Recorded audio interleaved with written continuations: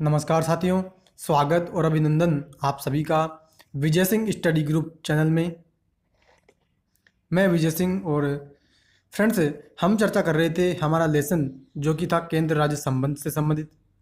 ठीक है, और उसमें हमने विधायी संबंध, केंद्र राज्य संबंध में हमने 3 संबंध समझे थे। विधायी संबंध, ठीक है, प्रशासनिक संबंध और वित्तीय संबंध। ये तीनों संबंध हमने समझ लिए थे, यानी केंद्र और राज्य इन तीनों के बीच क्या क्या रिलेशंस होते हैं उसकी हम चर्चा कर चुके थे। पिछली जो हमारी वीडियो थी उसमें हमने वित्तीय संबंधों की चर्चा की थी और हमने ये बात उसमें चर्चा की कि कैसे टैक्स का कलेक्शन होता है, टैक्स फॉर्मेशन कैसे किया जाता है, इन सभी के बारे में हम चर्चा कर चुके थे। और फ्रेंड्स आज जो हम चर्चा करेंगे वो करेंगे विभिन्न प्रकार के कमीशंस की, यानी केंद्र राज्य संबंध जो है इन संबंधों की जांच करने के लिए कि केंद्र और राज्य दोनों में रिलेशन अच्छे हैं या नहीं है, क्या उनमें दिक्कतें आ रही है, उन सभी की जांच करने, अवलोकन करने के लिए विभिन्न प्रकार के जो है कमीशंस अपॉइंट किए गए थे। उन सभी के बारे में आज हम चर्चा करेंगे। तो साथियों, पिछले लेसन्स की वीडियो आपने नहीं देखी तो ज़रूर से उसको देख लीजिएगा। और मित्रों, आपने अभी तक चैनल को सब्सक्राइब नहीं किया है, आप ज़रूर से मेरे चैनल को सब्सक्राइब कर लें। बेल का जो आइकन है उसके ऑल पर क्लिक करना है ताकि वीडियो के नोटिफिकेशन आपको मिल जाएंगे। ठीक है, वीडियो पसंद आए तो लाइक करना और ज़्यादा से ज़्यादा दोस्तों मित्रों इसको शेयर करना है ताकि सभी लोगों तक ये वीडियो पहुँचे। तो साथियों, चर्चा अब हम स्टार्ट करते हैं। देखो क्या इसमें बात बताई जाती है उसकी हम चर्चा पहले करते हैं। ये कहते हैं कि केंद्र सरकार ने मोरारजी देसाई की अध्यक्षता में 1966 में प्रशासनिक सुधार आयोग ARC का गठन किया, यानी ARC यानी एडमिनिस्ट्रेटिव रिफॉर्म कमीशन, यानी प्रशासनिक सुधार आयोग। और अंतिम रिपोर्ट 1969 में केंद्र सरकार को सौंपी गई। इसने केंद्र राज्य संबंधों को सुधारने के लिए 22 सिफारिशें प्रस्तुत की। मुख्य सिफारिशें इस प्रकार, यानी मैं क्या बताना चाह रहा हूँ मित्रों, आप सिंपल सा ये समझो, केंद्र और राज्य इन दोनों में संबंध अच्छे हैं या नहीं है, क्या इन दोनों में क्या क्या दिक्कतें आ रही हैं, संबंध अच्छे बने हुए हैं या नहीं बने हुए हैं। तो इसकी जांच करने के लिए हमने इसका अवलोकन करने के लिए क्या किया, मोरारजी देसाई की अध्यक्षता में हमने सन 1966 की बात है, और उस समय हमने एक प्रशासनिक सुधार आयोग यानी एडमिनिस्ट्रेटिव रिफॉर्म कमीशन ARC का हमने गठन कर दिया। और ये क्या करेगा, ये जांच करेगा कि केंद्र और राज्य के जो संबंध है वो अच्छे हैं या नहीं। और इसने देखो अपनी रिपोर्ट तैयार करके 1969 में अपने केंद्र सरकार को दे दी। 66 में गठन हुआ, 69 में इसने रिपोर्ट दे दी। और आगे इसने क्या कहा, इसने ये कहा कि केंद्र राज्य संबंधों को सुधारने के लिए इसने 22 सिफारिशें दी। क्या 22 रिकमेंडेशन इसने आयोग ने दी थी, प्रशासनिक सुधार आयोग ने। और मुख्य सिफारिशों की हम चर्चा इसमें करते हैं। देखो इंपॉर्टेंट जो इसने रिकमेंडेशन दी उसमें क्या क्या थी, बहुत इंपॉर्टेंट चैप्टर है। देखो क्या कहता है कि संविधान के आर्टिकल 263 के अंतर्गत एक अंतर्राज्यीय परिषद का गठन किया जाना चाहिए। यानी प्रशासनिक सुधार आयोग इसने क्या सिफारिश की, इसने ये क्या सुझाव दे रहा है। ये पहला सुझाव तो इसने ये दिया कि आप क्या करो, आप संविधान का अनुच्छेद 263 जो है उसका उपयोग करो और उसका उपयोग करके आप एक अंतर्राज्यीय परिषद का गठन करो। ठीक है, नेक्स्ट हमारा जो लेसन होगा, लेसन नंबर 15, वो हमारा अंतर्राज्यीय संबंधों से संबंधित ही होगा। तो उसमें हम अंतर्राज्यीय परिषद की चर्चा डिटेल से करेंगे। सिंपल सा आप इतना यहाँ समझ लीजिए कि आर्टिकल 263 में अंतर्राज्यीय परिषद के गठन का प्रावधान किया गया है। ठीक है, और कौन करेगा, राष्ट्रपति को अगर आवश्यकता पड़ती है तो राष्ट्रपति को ये हमने अधिकार दिया है कि वो अंतर्राज्यीय परिषद का गठन करे। और आर्टिकल 262 में अंतर्राज्यीय विवादों के न्याय निर्णय से संबंधित है, जिसमें संसद उनका डिसीजन दे सकती है। ठीक है, तो वो प्रावधान वहाँ पर किया गया है, उसकी हम नेक्स्ट लेसन में चर्चा करेंगे। तो आई होप कि ये बात समझ में आई। नेक्स्ट इसने देखो क्या सिफारिश की इस आयोग ने। ये आयोग कहता है कि राज्यपाल की रूप में गैर दलीय ऐसे व्यक्ति को नियुक्त किया जाए जिसका सार्वजनिक जीवन और प्रशासन में लंबा अनुभव हो। मित्रों, एग्जाम में कई बार यही पूछ लिया जाता है कि प्रशासनिक सुधार आयोग का गठन कब किया गया। तो पहला फैक्चुअल क्वेश्चन तो यहाँ से बनता है, ध्यान रखना। 1966 में हमने भी चर्चा की है कि 1966 में प्रशासनिक सुधार आयोग ARC का हमने गठन किया था, पहला प्रशासनिक सुधार आयोग था। और दूसरी इसने सिफारिश ये कह रहा है कि राज्यपाल को हम जब भी नियुक्त करें किसी भी राज्य में तो ऐसे व्यक्ति को हम नियुक्त करें जिसका सार्वजनिक जीवन में और प्रशासन में, यानी एडमिनिस्ट्रेशन और सार्वजनिक जीवन, उसमें एक लंबा अनुभव, बहुत बड़ा उसके पास जो है मित्रों अनुभव होना चाहिए, एक्सपीरियंस ज़्यादा होना चाहिए उसके पास। 2 सिफारिश ने ये की। तीसरी सिफारिश क्या कहता है, ये कहता है कि राज्य के लिए अधिकतम शक्तियों का प्रत्यायोजन, यानी ये कहना चाह रहा है कि अधिक शक्तियाँ हमें, यानी ज़्यादा से ज़्यादा शक्तियाँ हमें राज्यों को दी जानी चाहिए। यानी पावर्स जो हों केंद्र के पास कम हों और राज्यों को ज़्यादा हमने पावर देनी चाहिए। तीसरी सिफारिश इसने ये बताई। चौथी सिफारिश देखो क्या कहता है, कहता है कि राज्यों को ज़्यादा वित्तीय संसाधन स्थानांतरित कराए जाए ताकि उनकी केंद्र पर निर्भरता कम हो। यानी केंद्र के द्वारा राज्यों को हम ज़्यादा पैसा दें, जो हम बात करते हैं आर्टिकल 280 के माध्यम से, जो वित्त आयोग का हम प्रावधान करते हैं। और वित्त आयोग के माध्यम से मित्रों जब हम आर्टिकल 275 और आर्टिकल 282 के माध्यम से जब हम अनुदान देते हैं राज्य सरकारों को, ठीक है, तो उसी की बात यहाँ पे करें कि वित्तीय संसाधन यानी पैसा उनको ज़्यादा दिया जाए राज्यों को, ताकि केंद्र पर निर्भरता उनकी कम रहे, केंद्र से उसको ज़्यादा पैसा मांगना ना पड़े। ठीक है, नेक्स्ट बात क्या कहते हैं, नेक्स्ट कहते हैं कि उनके अनुरोध या अन्यथा पर ही राज्य में केंद्रीय सशस्त्र बलों की तैनाती हो। यानी पांचवी सिफारिश ये भी इंपॉर्टेंट कहता है कि अगर राज्य की सरकारें केंद्र से अनुरोध करे यानी निवेदन करे या फिर कोई और बहुत इंपॉर्टेंट मामला बने, तब ही जाकर के राज्य के अंदर केंद्र की जो जितने भी बल हैं, जितने भी फोर्स हैं, चाहे सीआरपीएफ हों चाहे सीआईएसएफ हों, जितने भी होते हैं, तो राज्य जब अनुरोध करे रिक्वेस्ट करे तभी हमें केंद्र जो सशस्त्र बल हैं उनको राज्य में लगाना चाहिए। क्लियर। तो ये हमने चर्चा की किसकी, प्रशासनिक सुधार आयोग की हमने चर्चा कर ली। ठीक है, अब दूसरा आयोग जो इसी से संबंधित है, किससे, केंद्र राज्य संबंधों से मित्रों ये आयोग है और उसी की हम चर्चा कर रहे हैं। तो दूसरा आयोग इसमें देखो क्या बात बताई जाती है, दूसरे आयोग राजमनार समिति है। यानी एक कमेटी फिर यहाँ पे गठित की जाती है 1969 में, और इसमें देखो क्या बात बताई जाती है उसकी चर्चा करते हैं। कहता है 1969 में तमिलनाडु सरकार ने डॉक्टर वीपी राजमन्नार की अध्यक्षता में केंद्र राज्य संबंधों की समीक्षा करने और राज्यों को स्वायत्तता दिलाने के लिए 3 सदस्यीय समिति का गठन किया। इस समिति ने 1971 में तमिलनाडु सरकार को अपना प्रतिवेदन सौंपा। इस समिति की महत्वपूर्ण सिफारिश इस प्रकार थी। यानी पहले हमने एआरसी का गठन कर दिया, एआरसी का गठन करने के बाद मित्रों 1969 में एआरसी का 1966 में किया गया, तो और राजमन्नार समिति आई और उसका हमने 1969 में गठन किया। ठीक है, तमिलनाडु सरकार ने 1969 में राजमन्नार की अध्यक्षता में केंद्र राज्य संबंधों की समीक्षा करने के लिए और राज्यों को स्वायत्तता दिलाने के लिए, यानी वही बात, केंद्र राज्य संबंधों से संबंधित समिति है और राज्य को ज़्यादा स्वायत्तता यानी ऑटोनॉमस उनको ज़्यादा मिले, स्वतंत्र रह करके वो काम ज़्यादा कर सकें, इसलिए 3 सदस्य इसमें समिति में शामिल थे। और 1971 में इसने जो है तमिलनाडु सरकार को अपना प्रतिवेदन यानी जो भी वो रिपोर्ट उसने बनाई और रिपोर्ट तमिलनाडु सरकार को दे दी। उसमें देखो क्या सिफारिशें इसने दी है, उस सिफारिशों की हम चर्चा करते हैं। पहली इसने देखो क्या कहा, वही बात जो एआरसी ने कही थी कि एक अंतर्राज्य परिषद का गठन किया जाना चाहिए। क्लियर। दूसरी सिफारिश ये कहता है कि योजना आयोग का स्थान एक सांविधिक निकाय द्वारा लिया जाए, वित्त आयोग को एक स्थायी निकाय बना दिया जाए। यानी योजना आयोग को आपको पता है ना तो ये सांविधिक निकाय है, क्या, ना तो योजना आयोग जो है मित्रों, ना तो ये सांविधिक निकाय है और ना ही ये संवैधानिक है।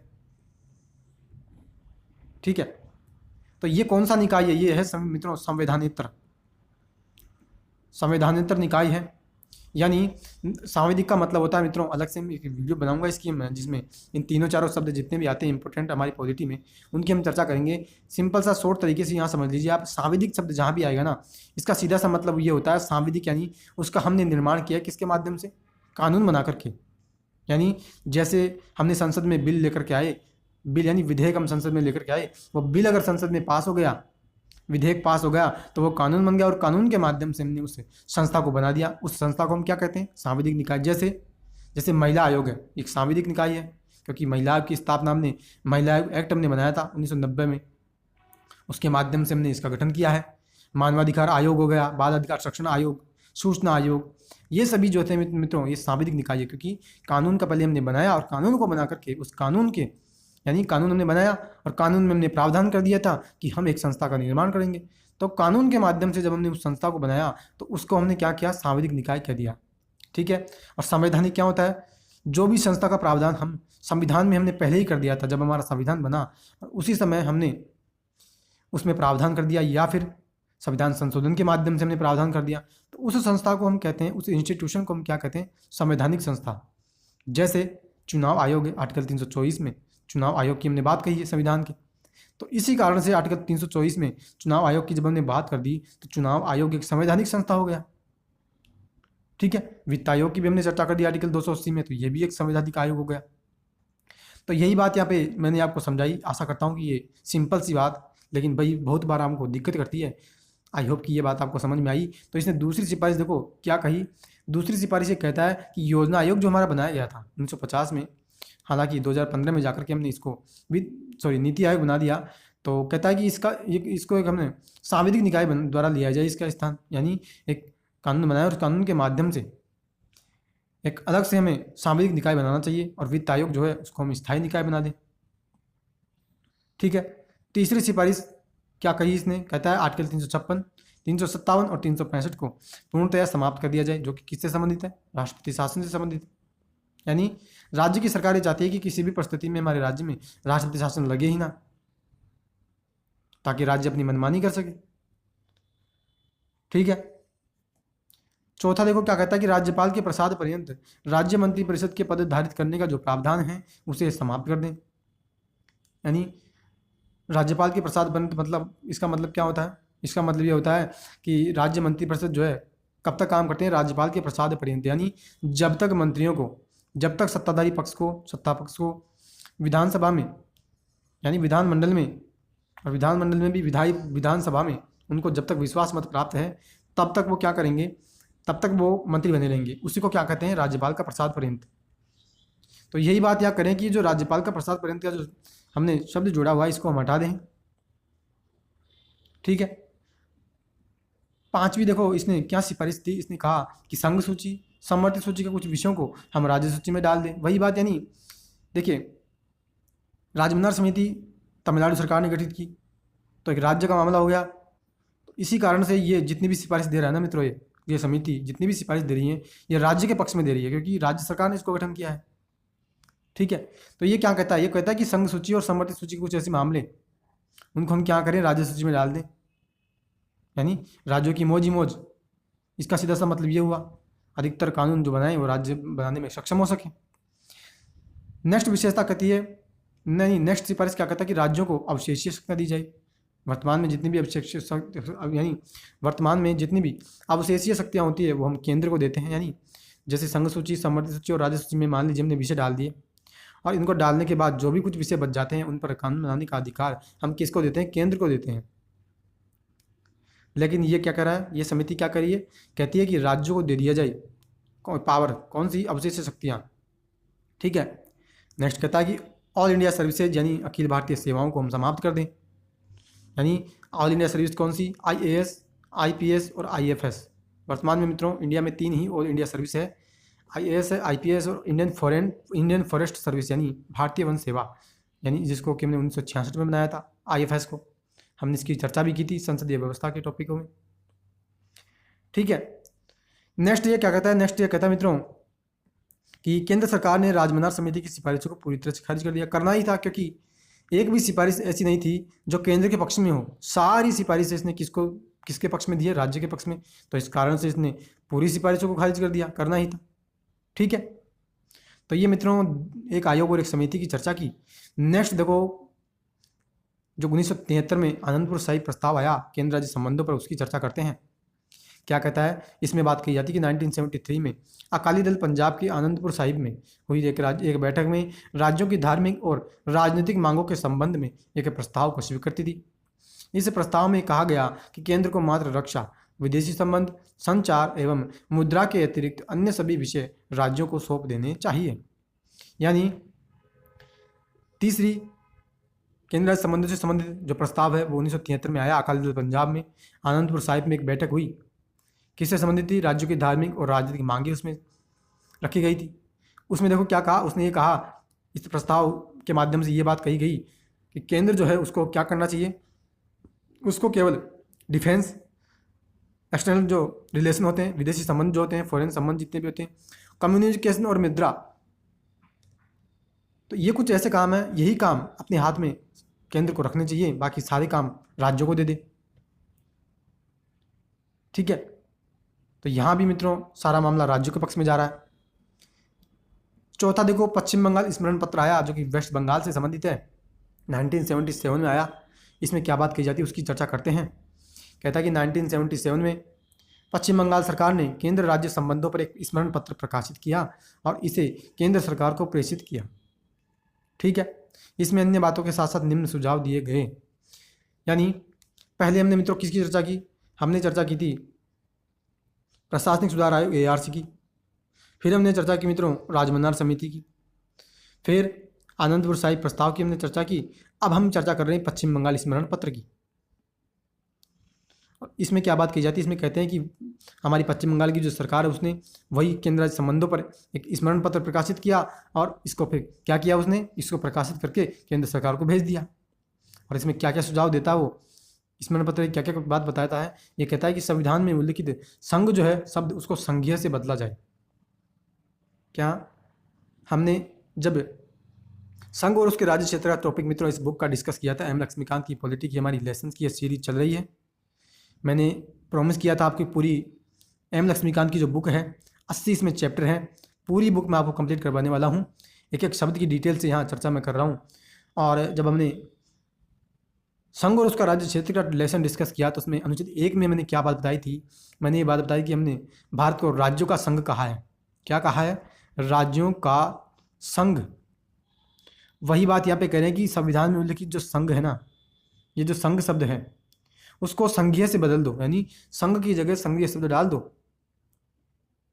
दूसरी सिफारिश क्या कहता है कि केंद्र सरकार का कार्यक्षेत्र रक्षा, विदेशी मामले, संचार और आर्थिक समन्वय तक ही सीमित रहना चाहिए। वही बात जो पिछली अभी हमने आनंदपुर साहिब प्रस्ताव में देखी कि उसने भी यही कहा कि केंद्र सरकार को मात्र डिफेंस, एक्सटर्नल अफेयर्स के मामले, संचार, कम्युनिकेशन और आर्थिक संबंध में यानी इकोनॉमिक से संबंधित जितने भी मामले होते हैं वही अपने हाथ में रखने चाहिए। सारी शक्तियाँ राज्यों को दे देनी चाहिए।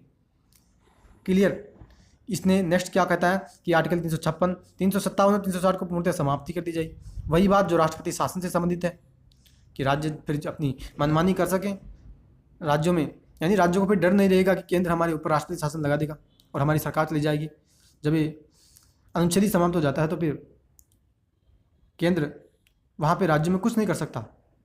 फिर देश की एकता और अखंडता का जो हमने मूल मंत्र बना रखा है तो वो हमारी देश की एकता और अखंडता नहीं बन रह पाएगी। इस कारण से मित्रों राष्ट्रपति शासन बहुत इंपॉर्टेंट है। नेक्स्ट क्या बात कही जाती है? इसमें कहते हैं कि नए राज्यों के निर्माण और वर्तमान राज्य के पुनर्गठन में राज्यों की सहमति अनिवार्य बनाई जाए। क्या? वही बात जो संघ और उसके राज्य क्षेत्र के टॉपिक में आई थी कि आर्टिकल 2 में हमने इस बात की चर्चा की थी कि नए राज्यों का प्रवेश या गठन हमारे देश में किया जा सकता है, संसद को हमने ये अधिकार दिया है। तो वही बात यहाँ पे करेगी, राज्यों का निर्माण अगर करें या उनका पुनर्गठन हम करें तो राज्यों की सहमति अनिवार्य होनी चाहिए। जबकि हमने वहाँ अनिवार्य सहमति नहीं बताई थी, हमने ये बताया था कि ये जो भी बिल लेकर के आएंगे हम नाम परिवर्तन का या नए राज्यों के निर्माण का, उस बिल को राज्यों के पास हम भेजेंगे सिर्फ उनका मत जानने के लिए। हालांकि हमने ये भी बात कही थी कि मत को मानने के लिए सरकार बाध्य नहीं है। यानी मान लीजिए कि इस राज्य ने ये हम यानी एग्जाम्पल से आप ये समझिए कि राजस्थान है और राजस्थान को हम मान लीजिए कि 2 भागों में बांटना चाहते हैं, तो इस ऐसा संबंधित हम बिल लेकर के आए, उसको बिल को हमने राजस्थान की राज्य सरकार के पास भेजा और राजस्थान की राज्य सरकार ने मना कर दिया। तो ऐसा नहीं होगा कि केंद्र में जो संसद है जो बिल लेकर के आई थी, केंद्र सरकार जो बिल लेकर के आई थी वो इसको मान लेगी। यानी राज्य सरकार ने मना कर दिया तो वो उसको 2 भागों में नहीं बांट सकती। बिल्कुल वो बांट सकती है फिर भी, यानी उसने तो खाली उससे अपना जो मत है वो जानने के लिए उस बिल को भेजा है। वो उस मत को मानने के लिए बाध्य नहीं है कि उसने मना कर दिया तो वो उस राजस्थान को 2 भागों में नहीं बांट सकती। ऐसा नहीं होगा, वो बांटना चाहती है तो फिर भी बांटेगी वो। यानी वहाँ राज्य की शक्ति पर पाबंदी है। यानी एक तरह से राज्य का मत जानने के लिए हमने उस बिल को भेजा है। नेक्स्ट बात कही जाती है कि राज्यसभा को लोकसभा के बराबर शक्तियाँ दी जाए। वर्तमान में देखा जाए तो राज्यसभा को लोकसभा के बराबर समान शक्तियाँ नहीं है।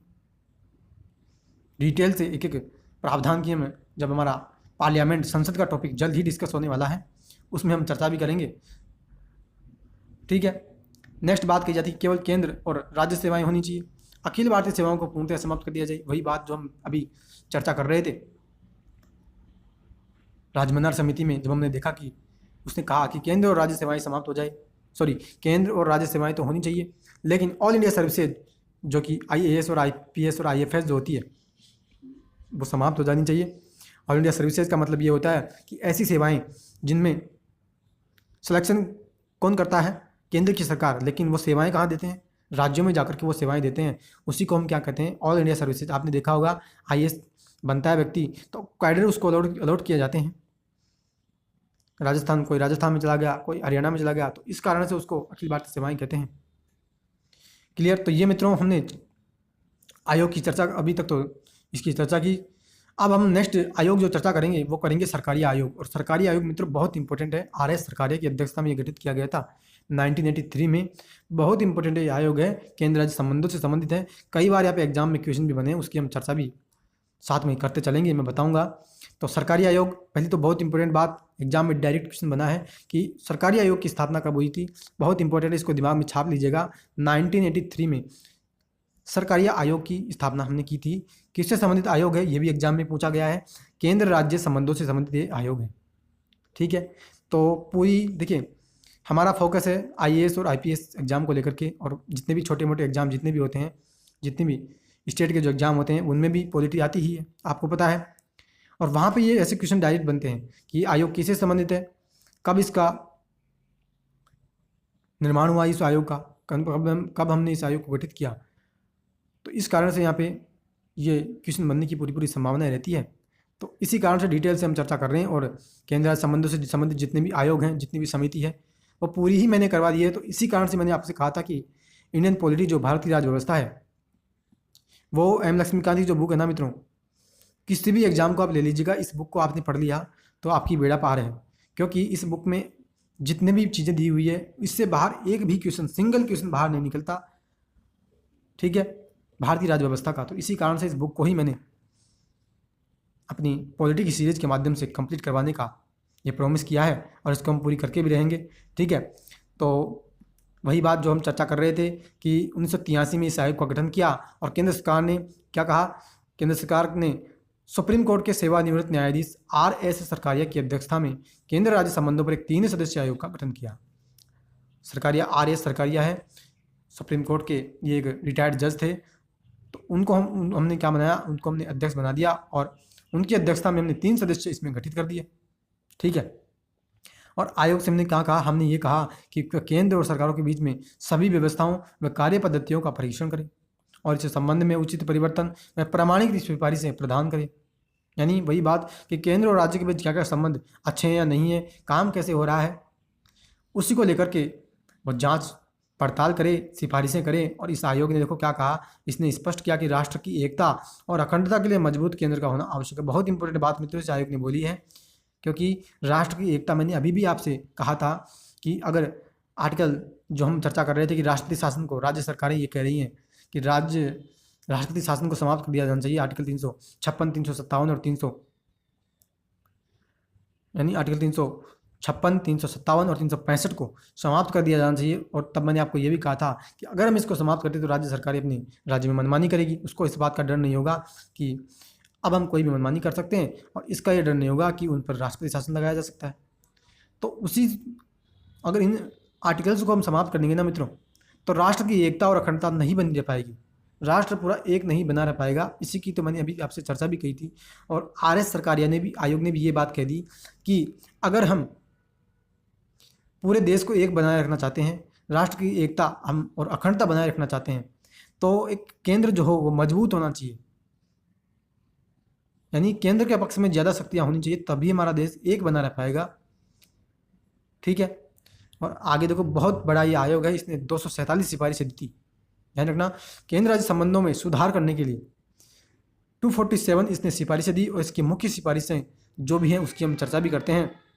वही बात जो हम पहले हमने चर्चा की थी ARC में, यानी प्रशासनिक सुधार आयोग में, जो कि 1966 में गठित हुआ था, कि एक स्थायी अंतर्राज्य परिषद का गठन हो जिसे अंतर सरकारी परिषद कहा जाना चाहिए, और वही आर्टिकल 263 के माध्यम से इसका गठन हो। ठीक है, इसने देखो क्या कहता है, कहता है कि आर्टिकल 356 जो कि राष्ट्रपति शासन से संबंधित है, उसको बहुत संभल करके हम इस्तेमाल करें, क्योंकि ऐसा नहीं है कि राजनीतिक हस्तक्षेप के मामले में, यानी राजनीतिक फायदे के लिए, राजनीतिक तुष्टीकरण के लिए हम आर्टिकल 356 का बार बार प्रयोग करें राज्य में, और वहाँ पर राष्ट्रपति शासन लगाएं, ऐसा न हो। वास्तव में जब हमें आवश्यकता हो, यानी जब त्रिशंकु विधानसभा की स्थिति बन जाए राज्य में, कोई भी राज्य सरकार यानी कोई भी पार्टी चुनाव में जो लड़ी है राज्य में, विधानसभा चुनाव में वो सरकार बनाने से मना कर दे, या किसी भी पार्टी के पास इतनी सीटें न हो कि वो सरकार बनाने में सक्षम हो, तब जाकर के ही मित्रों हमें आर्टिकल 356 का राष्ट्रपति शासन के रूप में उपयोग करना चाहिए। यानी बहुत संभल करके हमें उपयोग करना चाहिए, बार बार हमें इस आर्टिकल का उपयोग नहीं करना चाहिए। डिटेल से हम चर्चा भी करेंगे जब हमारा आपातकालीन प्रावधानों का लेसन स्टार्ट होगा उसमें। नेक्स्ट क्या सिफारिशें करता है, कहता है कि ऑल इंडिया सर्विसेज के संस्थान को और मजबूत बनाया जाना चाहिए। जहाँ पे बात की जा रही थी पश्चिम बंगाल स्मरण पत्र के माध्यम से कि आप क्या करो, ऑल इंडिया सर्विसेज जो IAS IPS और IFS है उसको आप समाप्त कर दो, वहीं बात आर्य सरकारिया आयोग ये कहता है कि इसको हम इस संस्थान को ऑल इंडिया सर्विसेज जो हम भर्ती करते हैं IAS IPS को, उसको आप और मजबूत करो, ठीक है, ताकि पूरा देश एक बना रहे। जैसे मान लीजिए कल को हम एग्जाम्पल मैं आपको देता हूँ, कल को हम मान लीजिए कि IAS और IPS और IFS को हम समाप्त कर देते हैं, ठीक है, और केवल क्या रह जाती है, एक तो राज्य की सेवाएं हैं और एक केंद्र की सेवाएं हैं, ठीक है। केंद्र की सेवाओं में IRS हो गया जो कि इनकम टैक्स से संबंधित हो गया, और भी रेलवे सेवाएं होगी। राज्य में जो राज्य की सेवाएं होती है छोटी मोटी, साथ ही जो स्टेट PCS हम बात करते हैं, तो राज्य की सेवाओं में राज्य भर्ती करेगा, केंद्र में केंद्र भर्ती करेगा। अब राज्य यहाँ पे मनमानी करेगा, कैसे? और राज्य अगर हम मित्रों ऑल इंडिया सर्विसेज को समाप्त कर देते हैं ना, तो पूरा देश एक नहीं बना रह पाएगा, क्योंकि आपको पता है ऑल इंडिया सर्विसेज जो मैंने आपको बताया भी था कि इसमें केंद्र भर्ती करता है और सेवाएं का देते हैं राज्य में जाकर के देते हैं। यानी मान लीजिए कि राजस्थान है और IAS कोई व्यक्ति बने, मान लीजिए 10 IAS बने, 20 IPS बने हैं, ठीक है, यहाँ पे 5 राजस्थान में चले गए, 5 हरियाणा में चले गए, 5 उत्तराखंड में चले गए, ऐसा कर करके मित्रों ये जाते हैं। तो ऐसे अगर जाएंगे ना, और ये व्यक्ति का कौन से होते हैं, जैसे मान लीजिए कोई व्यक्ति राजस्थान का तो उसको कर्नाटक में भेज दिया, कोई व्यक्ति राजस्थान का तो उसको पंजाब में भेज दिया। तो इससे क्या होता है कि राजनीतिक पूरा देश एक बना हुआ है ना, एकता, पूरे देश एक बना रहेगा। यानी राजस्थान के व्यक्ति राजस्थान में नौकरी करेंगे तो वहाँ पे फिर वो अपनी मनमानी करेंगे, ठीक है। इस कारण से इस संस्थान ने ये कहा कि ऑल इंडिया सर्विसेज जो है उसको आप और मजबूत बनाओ ताकि पूरा देश एक बना रहे, ठीक है। इस कारण से ही ऑल इंडिया सर्विसेज को और मजबूत बनाने की बात इसने कही है। और इसने और इम्पोर्टेंट बात ये कही है कि क्षेत्रीय परिषदें भी आपको बनानी चाहिए और इन्हें संघीयता के मामले में प्रोत्साहित करना चाहिए। क्षेत्रीय परिषदों का मित्रों अलग से चैप्टर है ही। नेक्स्ट जो हमारा लेसन होगा अंतर्राज्यीय संबंधों से संबंधित, उसमें हम क्षेत्रीय परिषदों की चर्चा करेंगे और इसमें हम बात भी करेंगे कि सांविधिक ये निकाय हैं, क्योंकि राज्य पुनर्गठन अधिनियम 1956 के माध्यम से हमने क्षेत्रीय परिषदें बनाई है। डिटेल से नेक्स्ट लेसन में हम इसकी चर्चा करेंगे, कौन इसका अध्यक्ष होता है सभी की हम चर्चा करेंगे। तो कह रहा है कि क्षेत्रीय परिषद जो होती है वो भी आपको बनाना चाहिए। नेक्स्ट इसने क्या सिफारिश की कि राज्यपाल की नियुक्ति पर मुख्यमंत्री की सलाह की व्यवस्था को स्वयं संविधान में निर्दिष्ट किया जाना चाहिए। यानी कभी भी आप राज्य में राज्यपाल को नियुक्त करो तो आप मुख्यमंत्री से सलाह लो, ताकि उस राज्य में सरकार और प्रशासन अच्छी प्रकार से चल सके, दोनों में एक ट्यूनिंग बनी रहे राज्यपाल और मुख्यमंत्री में। वरना तो क्या होता है कि मुख्यमंत्री को काम करना चाहता है और राज्यपाल उसमें टांग अड़ा देते हैं। इस कारण से जब भी आप राज्यपाल की नियुक्ति करो तो मुख्यमंत्री की आप सलाह लो, इसको संविधान में जोड़ो। नेक्स्ट क्या बात की जाती है फ्रेंड्स, नेक्स्ट कहा जाता है कि राज्यपाल के 5 वर्ष के कार्यकाल को बिना ठोस कारणों के अतिरिक्त बाधित नहीं किया जाना चाहिए। यानी सरकारी आयोग ये कह रहा है कि आपने संविधान के माध्यम से ये निश्चित कर दिया कि राष्ट्रपति जो काम करेंगे किसी भी सरकार में 5 साल तक काम करेंगे, ठीक है, लेकिन कोई ठोस कारण जब तक नहीं बनता तब तक आप उसका जो आपने कार्यकाल किया है, यानी समय से पहले आप बिना किसी ठोस कारण के उसको अपने पद से नहीं हटाए, यानी बिना किसी ठोस वजह से आप उसको 5 साल तक काम करने का जो हमने कार्यकाल दिया है वो काम करे। कोई विशेष कारण बनता है, कोई ठोस कारण अगर बनता है तभी उसी परिस्थिति में आप उसको उसके पद से हटाएं, ठीक है। नेक्स्ट की जो बात की जाती है कि त्रिभाषा फार्मूला समान रूप से लागू करने की दिशा में कदम उठाए जाने चाहिए। क्या त्रिभाषा फार्मूला, और त्रिभाषा फार्मूला मतलब क्या होता है फ्रेंड्स? त्रिभाषा फार्मूला का मतलब होता है मित्रों त्रिभाषा, यानी 3 भाषाएं इसमें हम पढ़ते हैं। कौन कौन सी होती है? एक तो होती है मित्रों हिंदी, ठीक है, दूसरी होती है अंग्रेजी, क्लियर, और तीसरी होती है अपनी मातृभाषा यानी मदर टंग, जिसमें कि हम अपने ग्रामीण परिवेश में रहते हैं तो उसमें हम कौन सी भाषा बोलते हैं, ठीक है, तो उसको हम क्या कहते हैं त्रिभाषा फार्मूला कहा जाता है। और ये कहता है कि त्रिभाषा फार्मूला समान रूप से लागू करने की दिशा में भी हमें कदम उठाने की ज़रूरत है। क्लियर। नेक्स्ट देखो इसने क्या सिफारिश की है। इसने कहा कि भाषागत अल्पसंख्यकों के लिए कमिश्नरी प्रारंभ करना चाहिए। क्या? भाषाई अल्पसंख्यकों के लिए विशेष आयुक्त की नियुक्ति होनी चाहिए और उसी को प्रावधान में आगे रख करके मित्रों हम अलग से चैप्टर भी हमारे इस बुक में दिया हुआ है, भाषाई अल्पसंख्यक वर्गों के लिए विशेष अधिकारी। तो उसी की बात हम उसमें करेंगे कि भाषाई अल्पसंख्यकों के लिए कमिश्नरी प्रारंभ करनी चाहिए। क्लियर। और बहुत इंपॉर्टेंट ये आयोग था, तो इसी को ध्यान में रखते हुए केंद्र सरकार ने क्या किया, सरकारी आयोग की 180 सिफारिशें लागू की। इसमें सबसे महत्वपूर्ण था केंद्र राज्य परिषद का गठन, यानी जिसको कि हम अंतर्राज्य परिषद भी कहते हैं, यानी बहुत इंपॉर्टेंट आयोग था। और 247 ने सिफारिश की, उसमें से 180 सिफारिशें हमारी केंद्र की सरकार ने लागू कर रखी है। सिफारिशों केंद्र सरकार ने 180 सिफारिशों को लागू किया, जिसमें सबसे महत्वपूर्ण सिफारिश है इंटर स्टेट जो काउंसिल की हम बात करते हैं, अंतर्राज्य परिषद की, उसके हम नेक्स्ट चैप्टर में डिस्कस करेंगे। तो ये हमने मित्रों बहुत इंपॉर्टेंट सरकारी आयोग की बात की। अंतिम आयोग जो हमारा है केंद्र राज्य संबंधों का, वो है पूंची आयोग।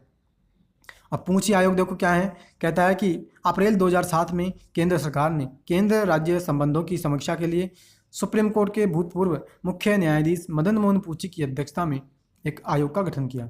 देखिए पूंची आयोग कब गठित हुआ? पूंची आयोग 2007 में गठित हुआ और वही केंद्र राज्य संबंधों से संबंधित है।